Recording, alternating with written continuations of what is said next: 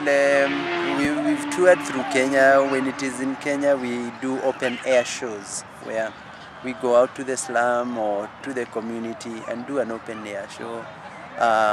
Very simple way of doing it, very, very basic. When you're doing the show here in Holland, we have to use a theater. People, for example, come to the theater at night at 8. This is a real representation. Yeah, because of the security in, say, places like some places in Kenya. It's not possible for us to do a show at night. So we have to do the show during the day. And of course, most of our shows in Kenya are also followed with a discussion by the group, answering and responding to issues related to HIV.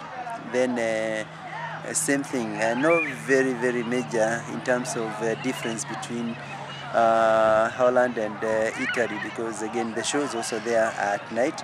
The audience is the same. The audience here is faster because they can connect with the young people, because most of the audience here in Holland, the people do understand English. So the connection is much more easier. It's easier to pass for the young people. Like once you've done the show interacting with the audience, then it's very easy to explain what the show is all about.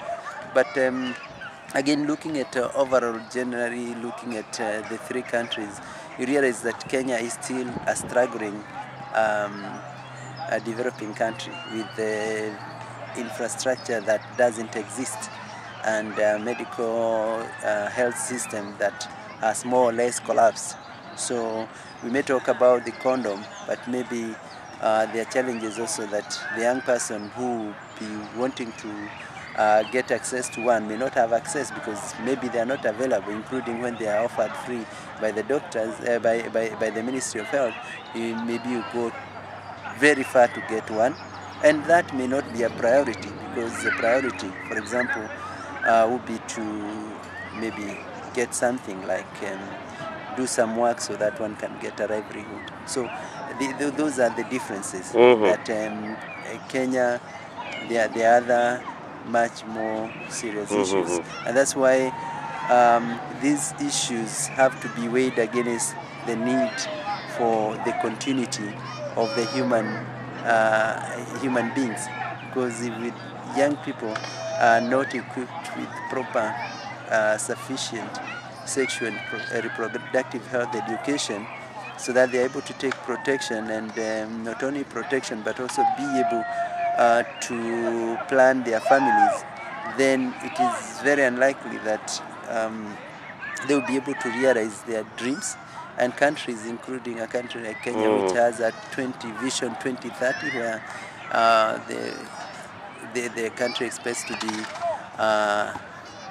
reasonably developed country by that time, may not be achieved, because who will be there to drive that agenda? Most of the young people who are supposed to contribute to the growth and the development of the country may be wiped out by a disease like HIV if they are not informed.